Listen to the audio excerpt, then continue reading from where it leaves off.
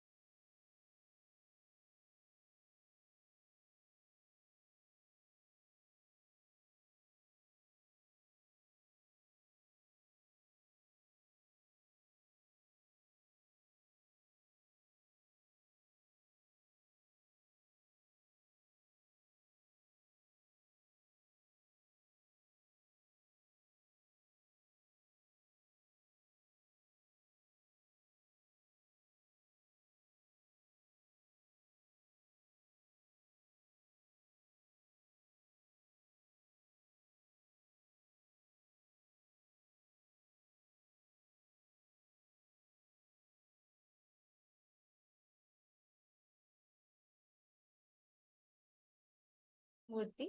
It is in this form Paramashiva appears and gives darshan to Arjuna.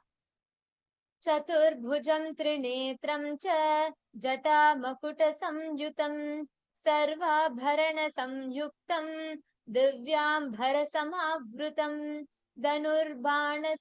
dhanurbana raktam krishna parashu samyutam upavitam samayuktam samabhagam tanum kuru vame gauri samayuktam दक्षिणे त्वर्जुनस्थितः अर्जुनस्वरूपम् एकवक्त्रं द्विनयनं जटामकुटसंयुतं सर्वाभरणसंयुक्तं कृताञ्जलिपुटं स्थितम् एवं कैराथमख्यातम्.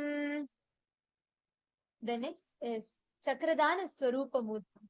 It is in this form as Chakradana Swarupa Murti that Paramashiva blesses Bhagavan Mahavishnu Parandama back with the Sudarshana Chakra. Vishnustvīša purasthito ajalikaro devasya padabjayoho samstapyakshala sumalya manisham pītambaram kaustubham यस्तस्मै दया परं पशुपतिं पद्माक्षैथ्याख्यया टङ्कं कृष्णं मृगम्बरं च ददतं चक्रप्रदं तं भजे एकवक्त्रं त्रिनेत्रं च जटामकुटसंयुतं ददं मेनं च परशुं वरदं चैव वामके दक्षिणे चक्रसंयुक्तं दातृरूपमिहोच्यते देवस्य भामभागे तु श्यामरूपं सुसंस्थितम् सर्वाभरणसंयुक्तं पीतवस्त्रोत्तरीयकं शङ्खं चक्रं समायुक्तम् उत्तरेऽञ्जञ्जिलं स्यतेत् एवं लक्षणसंयुक्तं रूपमिहोच्यते